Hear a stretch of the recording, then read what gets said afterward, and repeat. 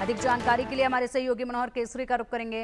मनोहर, press conference में दी गई जानकारियां अभी सुनी जा रही थी और इसमें महत्वपूर्ण जानकारी ये निकलकर सामने आई है कि यहां पर AAIB घटना की पूरी जांच करेगी। हाई लेवल कमेटी भी गठित की गई है, इसमें केंद्र और राज्य सरकार के अधिकारी भी शामिल किए जाएंगे। ये भविष्य में ऐसी घटनाएं ना हो इसको लेकर बताया गया, लेकिन अभी जांच जारी है, उसके बाद तमाम तथ्य जो है वो सामने आएंगे।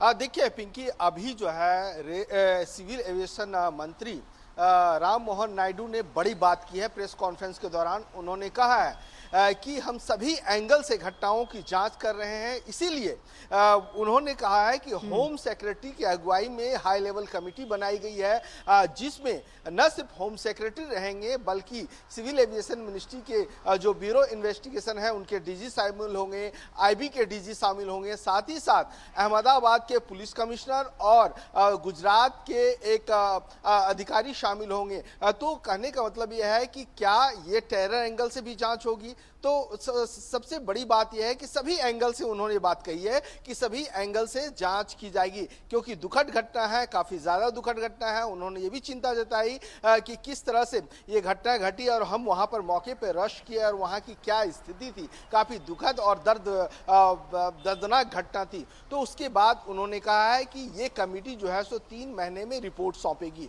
दूसरी बात, ड्रीम लाइनर पर जो लगातार सवाल खड़े हो रहे हैं, इस सवाल को लेकर के उन्होंने कहा है कि हमने बोइंग की सेफ्टी को लेकर के भी एक गाइडलाइंस बनाने जा रहे हैं ताकि पैसेंजर की सुरक्षा जो है सो सुनिश्चित किया जा सके, भविष्य में इस तरह की घटनाएं न घटित हो, क्योंकि बोइंग को लेकर के लगातार सवाल खड़े होते रहे हैं। विगत दिनों में भी अगर आप देखेंगे तो इन ड्रीम लाइनर जो है, इस ड्रीम लाइनर को लेकर के कहा गया कि कई खामियां इसमें पाई गई है, लेकिन अब जो है सो सरकार सचेत हो गई है और इसे लेकर के कमेटी बनाने के बाद जो है क्या क्या सेफ्टी नॉर्म्स होंगे, किस तरह से इनकी खामियों को दूर किया जाएगा, इन सारी चीज़ों को ध्यान में रखते हुए सिविल एविएशन मिनिस्ट्री जो है सो पैसेंजर की सुविधाओं को ध्यान में रख करके एक बड़ी गाइडलाइंस बनाने जा रही है। जी बिल्कुल, बड़ी गाइडलाइंस बनाने जा रही है, जांच अब इसकी की जा रही है। महत्वपूर्ण जानकारियां जो है प्रेस कॉन्फ्रेंस में साझा कर दी गई हैं, लेकिन इससे पहले कि अगर हम बात करें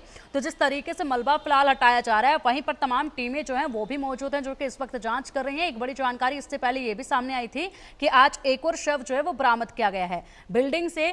जैसे ही यहाँ पर प्लेन के पिछले हिस्से को हटाया जा रहा था, उसी में फंसा हुआ एक शव भी यहाँ पर बरामद जो है वो किया गया है। देखिए बिल्कुल, अब तक जो आधिकारिक जांच में पता चला है, जो आधिकारिक एक तरह से जो स्टेट लेवल से आंकड़े आ रहे हैं, वो 275 लोगों की अब तक मौत हो चुकी है और ये आंकड़ा और भी बढ़ सकता है।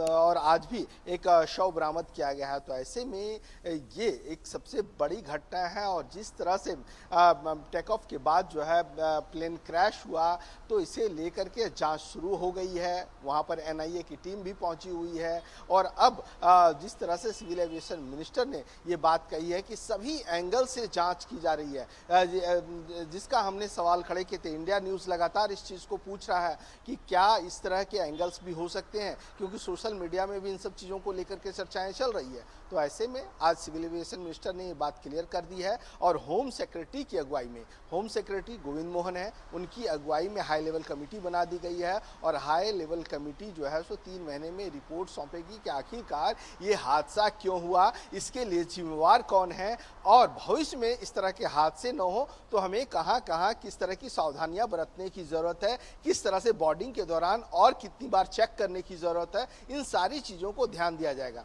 जी ठीक है, इसके साथ ही अगर बात की जाए तो टीमों का गठन किया जा रहा है, जांच जो है वो AAIB की तरफ से भी की जा रही है, लेकिन मनोहर, रिपोर्ट कब तक आ जाएगी, कब तक सामने आएगा? क्योंकि फिलहाल जिस तरीके से हम बात कर रहे हैं यहाँ पर तमाम पायलट्स के साथ भी, उनका भी यही मानना है कि हम लोग इस वक्त प्रेशर महसूस कर रहे हैं, इस वक्त स्ट्रेस में हैं कि आखिरकार इस तरह का विमान का इस तरीके से घटना हो जाना, क्या इसके पीछे वजह रही? जब तक वजह सामने नहीं आएगी तब तक बहुत ज़्यादा स्ट्रेस जो है वो चलता ही रहेगा। तो कब तक ये रिपोर्ट सामने आ जाएगी, इसको लेकर जानकारी इस प्रेस कॉन्फ्रेंस में भी अभी नहीं दी गई है कि कितना वक्त इसमें लग जाएगा।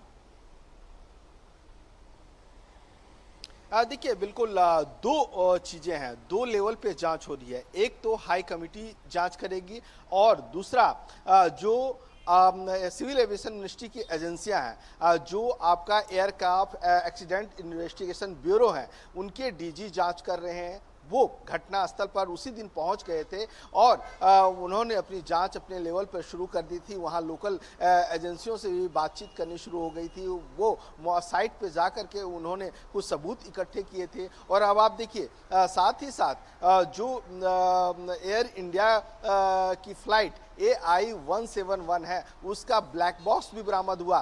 कल जो है सो ब्लैक बॉक्स भी ले जाते हुए अधिकारी दिखे। तो अब पता चलेगा और खुलासा होगा कि आखिरकार जब उसने मे डे कहा था पायलट ने, तो क्या हुआ, किस तरह से हुआ। क्योंकि गृह मंत्री जब साइट पे पहुंचे थे तो उन्होंने कहा कि 1.25 लाख जो है लीटर पेट्रोल थे। अब आप टेम्परेचर इतना ज़्यादा बढ़ गया था, तो ऐसी स्थिति में क्या कुछ हुआ, कहाँ खामियां रही, क्या बातचीत एयर कंट्रोल से पायलट की हुई, ये सारी चीज़ें जो है वो ब्लैक बॉक्स से खुलेगा। और जब ये राज खुलेगा तो पता चलेगा कि अब तक जो 75 लोगों के आंकड़े आए हैं मौत के, तो उसके लिए जिम्मेवार कौन है। और ये AIB जांच कर रही है। वहीं जब हाई कमेटी की रिपोर्ट 3 महीने के बाद आएगी, तब खुलासा होगा कि आखिरकार अब इसके लिए जिम्मेवार कौन है। क्या कोई और एंगल तो नहीं है?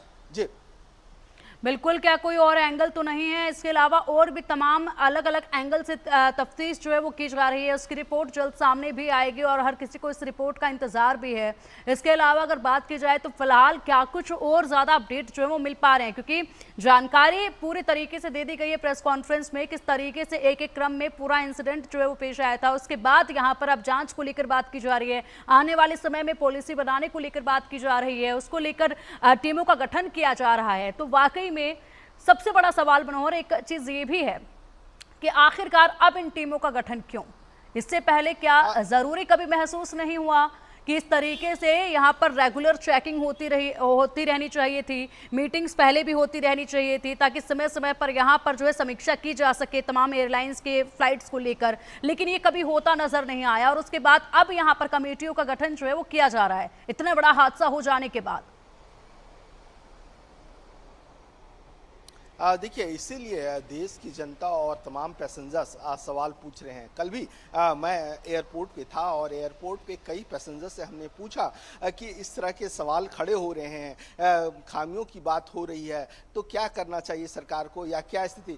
तो कुछ पैसेंजर्स का ये भी कहना था कि क्या सरकार जो है सो रेगुलर या जो उनकी एजेंसियां हैं, क्या रेगुलर इस तरह से चेक करके जो है सो बोर्ड क्यों नहीं करती हैं। तो इस तरह के सवाल उठने शुरू हो गए हैं। पैसेंजर खुद सेफ्टी को लेकर के एजेंसियों से सवाल कर रही है और हम भी लगातार सवाल कर रहे हैं। तो उसके बाद अगर आज देखेंगे तो आज जब कल देर रात नायडू जब वापस आए अहमदाबाद से, तो आज सुबह से लगातार बैठकों का दौर जारी रहा। एयरपोर्ट अथॉरिटी हो चाहे दूसरी एजेंसियां सिविल एविएशन के हों, लगातार बैठकें हुई और उसके बाद दोपहर में करीब 2 बजे प्रेस कॉन्फ्रेंस की शुरुआत हुई और प्रेस कॉन्फ्रेंस में उन्होंने बात कही और काफ़ी भावुक होते हुए उन्होंने कहा कि जब मेरे पिताजी की डेथ हो गई तो क्या रोड एक्सीडेंट में किस तरह से दुखद घटना होती है, किस तरह से पूरा परिवार जो है सो गम में डूब जाता है और उस चीज़ को मैं खुद समझ सकता हूं। तो इतना भावुक होते हुए खुद राम मोहन नायडू ने ये बात कही है और उन्होंने कहा है कि दूध का दूध और पानी का पानी हो जाएगा जब रिपोर्ट सामने आएगी। जी ठीक है मनोहर, बहुत शुक्रिया आपका इन तमाम जानकारियों के लिए। प्लेन हादसे ने